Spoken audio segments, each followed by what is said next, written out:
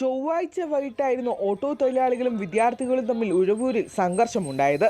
സംഘർഷത്തെക്കുറിച്ച് വിവരമറിഞ്ഞ് സംഭവസ്ഥലത്തെത്തിയ SI KV സന്തോഷിനും മറ്റൊരു ഉദ്യോഗസ്ഥനും നേരെ ഡിവൈഎഫ്ഐ പ്രവർത്തകരിൽ ഒരാൾ ആക്രമണം അയച്ചുവിടുകയായിരുന്നു. വിദ്യാർത്ഥികളും ഓട്ടോ തൊഴിലാളികൾക്കും ഇടയിൽ നടന്ന സംഘർഷത്തിൽ ഒരു വിദ്യാർത്ഥിയെ ഓട്ടോ തൊഴിലാളി മർദ്ദിച്ചുവെന്നാരോപിച്ചായിരുന്നു ഡിവൈഎഫ്ഐ പ്രവർത്തകർ SIയെ മർദ്ദിച്ചത്. ഈ ഓട്ടോ തൊഴിലാളിയെ പിടികൂടണമെന്ന് ആവശ്യപ്പെട്ട് അസഭ്യം പറഞ്ഞുകൊണ്ടായിരുന്നു SIയെ പ്രവർത്തകർ മർദ്ദിച്ചത്.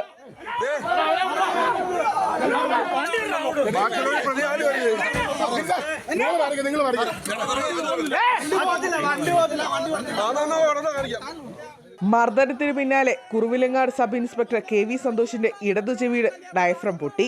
ഗുരുതരമായി പരിക്കേറ്റ SI ചികിത്സയിലാണ്. ആക്രമണത്തിന് പിന്നാലെ 3 പ്രവർത്തകരെ പോലീസ് അറസ്റ്റ് ചെയ്ത് കോടതിയിൽ ഹാജരാക്കി. ഇവർ ഡിവൈഎഫ്ഐ പ്രവർത്തകരാണെന്ന് ബ്ലോക്ക് നേതൃത്വം സ്ഥിരീകരിച്ചിട്ടുണ്ട്. ജയ് ഹിന്ദ് ന്യൂസ്, കോട്ടയം.